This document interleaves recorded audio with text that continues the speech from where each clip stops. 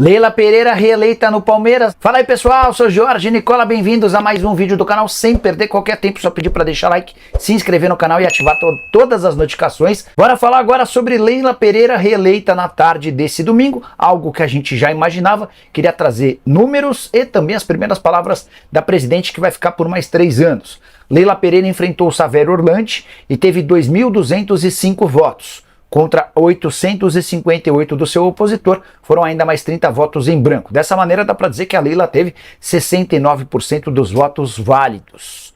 Ela toma posse no dia 15 de dezembro e inicia o seu segundo mandato, que só termina daqui a 3 temporadas. Os seus vices serão Maria Tereza Belangeiro, Paulo Buozzi, Everaldo Coelho e Márcio Martim.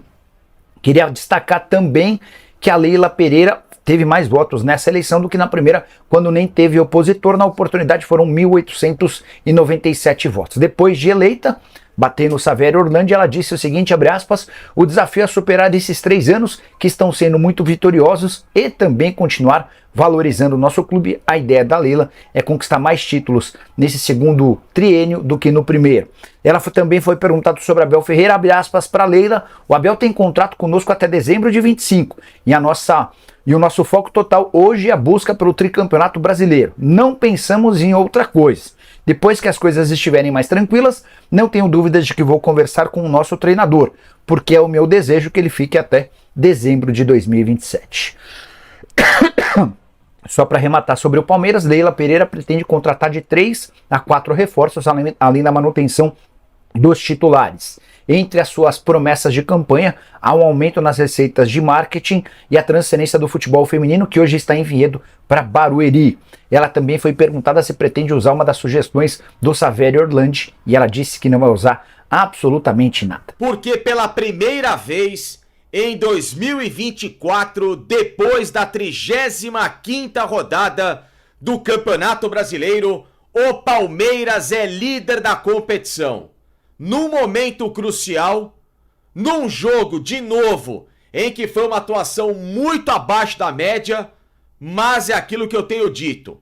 Quando o campeonato afunila e passa a ser disputado ponto a ponto, é exatamente como você vai somar esses pontos. Então, no caso, o que importou para o Palmeiras foi ter vencido o Atlético Goianiense fora de casa, lá no estádio Ascioli, em Goiânia. Numa jogada dele, como sempre, o craque do campeonato. O cara que agora, em 13 jogos desta competição, participou ativamente de pontos que viraram de forma significativa vitórias para o Palmeiras. Estevão, 50% dos pontos do Palmeiras no campeonato, 35 conquistados nesses 13 jogos e, no meu critério, gol de 1-0, gol de 2-0, assistência para um gol de 1-0 ou assistência para um gol de 2-0 ou então aquele gol de empate que também ajudou o Palmeiras a somar um pontinho importante na competição. Aquele gol do 3-0, 4-0, ali, muitas vezes o jogo já está consumado e não é um passe, um gol, uma assistência ali tão decisiva que mudaria, entre aspas, o dólar daquele placar que estava acontecendo. Mas, nesse tipo de ocasião, por exemplo, 2-0, jogo às vezes tá tenso, 1-0, tal, tá lá amarrado, você faz aquele gol da vitória. Poxa, é um afogo, é a certeza de que o time somou uma vitória super importante. O gol do 1-0 que abre um placar, que muda panorama de uma partida, enfim, é uma participação em gol que fez com que o Palmeiras, de novo, somasse o que era, neste momento, uma obrigatoriedade. Vencer para chegar no embate contra o Botafogo, dependendo dele, Palmeiras, agora, para ser campeão. Até o da faca e o queijo, que estava na mão do Palmeiras em algumas rodadas, mesmo na segunda colocação, que depois o Palmeiras deixou escorregar a faca, caiu, se lambuzou com o queijo, o pão caiu com a face virada para baixo, aquele monte de coisa arada depois daquela derrota para o Corinthians. Foi o Botafogo que dessa vez se lambuzou inteiro com este banquete e acabou de novo dando a chance para o Palmeiras brigar, como está nesse momento, ou conquistar, que é o sonho, o tricampeonato brasileiro em sequência, que seria pela primeira vez na história do Palmeiras e no Campeonato Brasileiro, na história da competição, apenas uma vez aconteceu com o São Paulo do Muricy Ramalho, campeão em 2006, 2007 e 2008. Então, pessoal, por isso que eu quero que vocês deixem o seu like por aqui nesse vídeo. Não se esqueçam, se inscrevam aqui no canal, ativem o sininho de notificações, porque aí todo o conteúdo que a gente postar por aqui automaticamente você é avisado para vir aqui, participar, comentar. A sua interação é sempre fundamental, porque ao mesmo tempo em que isso foi super importante, o Palmeiras deveria ter feito um jogo muito mais seguro, ofensivamente falando, e não defensivamente, para ter um resultado mais elástico contra um time que agora sim está oficialmente rebaixado à segunda divisão, que é o Atlético Goianiense. Tudo bem que estava chovendo, o campo pesado, jogadores desgastados, Palmeiras fez 2 viagens em sequência, Salvador, Goiânia, vai voltar na próxima terça-feira para esse embate que vai ser a grande decisão antecipada do campeonato contra o Botafogo, que lembrando empatou 0-0, aliás, empatou 1-1 com a equipe do Vitória, e por isso que perdeu oficialmente neste momento a liderança do Campeonato Brasileiro. Mas mesmo com todos esses fatores, com todas essas explicações físicas de desgaste, o Palmeiras, em hipótese alguma, poderia ter jogado com uma postura que parecia que ele, Palmeiras, era o time que, pelo amor de Deus, eu não posso ser rebaixado, e o Atlético Goianiense, muitas vezes, era o time que estava brigando pelo título. O Atlético teve mais posse de bola, o Atlético dominou praticamente todas as ações do jogo, o Atlético afunilou o Palmeiras lá no segundo tempo quase que inteiramente no campo dele, e que perdeu, evidentemente, pelo talento de um craque, do melhor jogador do campeonato, do melhor jogador em atividade pra mim neste exato momento do futebol brasileiro, que é o Estevão, o cara mais decisivo, o cara que é o artilheiro da própria competição, com essas assistências espetaculares, enfim. O Atlético perdeu porque o Palmeiras nesta noite tinha o Estevão de volta. Porque se não fosse pelo Estevão de volta, a atuação do Palmeiras foi sofrível, com a bola nos pés. Sem bola, 3 jogadores atuaram muito bem. Vou falar do Marcos Rocha, o lateral, do Vitor Reis, zagueiro, e do Gustavo Gomes. Esses 3 fizeram uma partida sublime, muito acima da média, sem qualquer tipo de sustos. E eles seguraram a defesa do Palmeiras. Porque do meio pra frente, e dá pra começar falando até da lateral esquerda, com o Caio Paulista, que é um atleta inexistente, futebolisticamente falando, o Palmeiras teve uma atuação muito ruim. Ok, vamos também dar o mérito ao Rafael Veiga, que correu bastante, era a única voz lúcida ou pé lúcido junto com o Estevão ali à frente, tanto é que dessa dupla nasceu o gol do Palmeiras numa baita jogada individual do Estevão no lado direito e o cruzamento para a entrada do Rafael Veiga chapar e fazer o gol do Palmeiras no primeiro tempo. Porém só.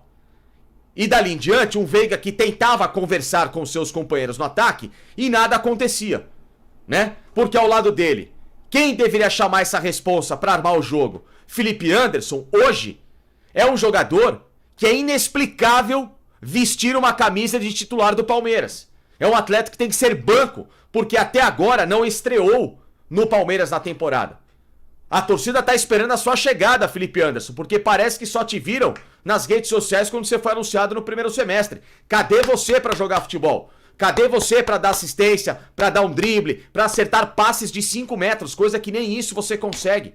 Então, meu camarada, fica complicado te defender. E olha que eu gostei muito da sua contratação à época por tudo que você fez na Itália.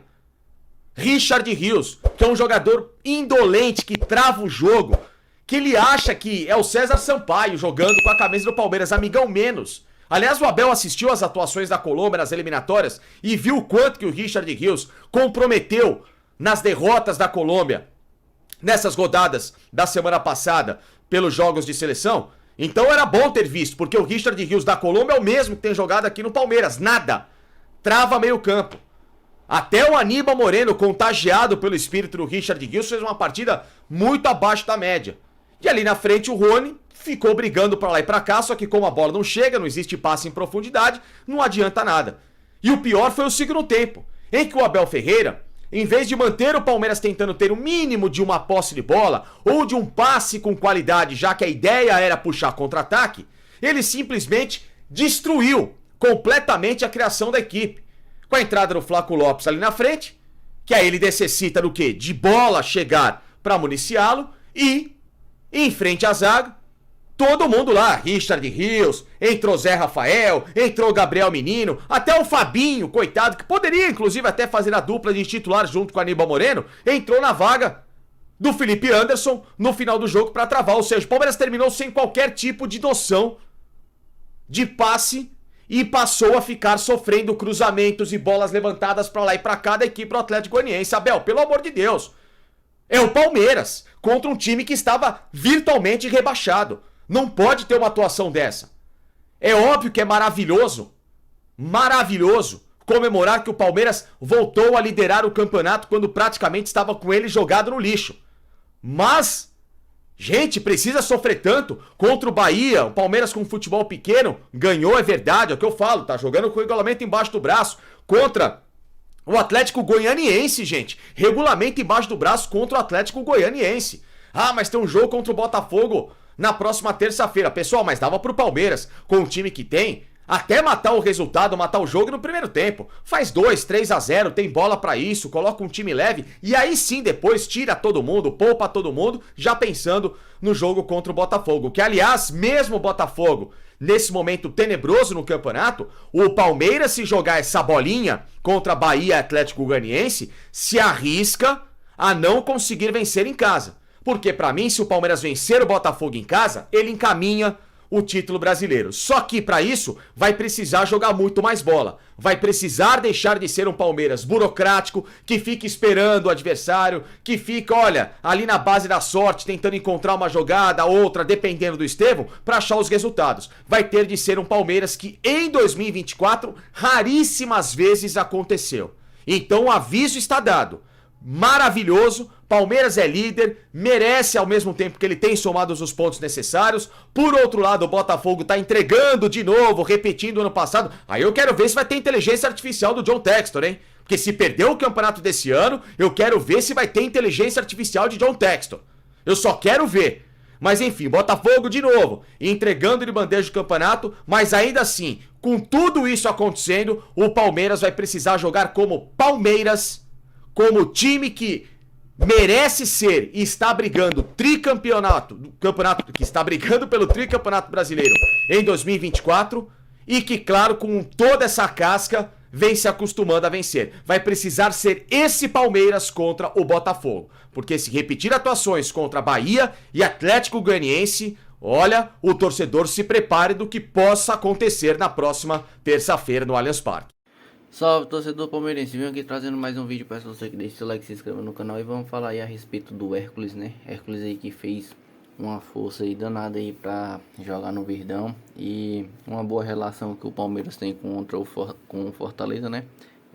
Ajudar aí na negociação. Então, em 2025 aí, é bem provável do Hércules estar sendo jogador do Verdão, né? O Verdão também promete aí vender Richard Rios, né? Com a futura venda do Richard Rios, já vai contratar o Hércules aí para preencher a lacuna que vai ficar. Então o Hércules aí vai vir para o Palmeiras. Richard Rios bem provável que não vai ficar no Verdão. Então isso daí vai ser uma boa opção, né? Eu gosto do Hércules, ele joga muito bem. Eu queria saber de você o que é que você pensa disso aí, dessa possível vinda do Hércules do Fortaleza. E também vamos falar a respeito do Eric Pulga, né? Eric Pulga do Ceará, que o Abel Ferreira também deu sinal positivo, né? Por Verdão contratar Eric Pulga, que fez uma grande Série B lá, né? No Ceará, jogou muita bola lá. É um menino que pega a bola e ali tem muita velocidade pela lateral ali, né? Então é um ponta direita ali que tem muita velocidade, que é muito bom. Então queria saber de você também se você aprovaria essa contratação, se você gostaria disso aí. do Eric Puga no Verdão. Deixa seu like e comenta muito esse vídeo. Tamo junto, um forte abraço e avante palestra!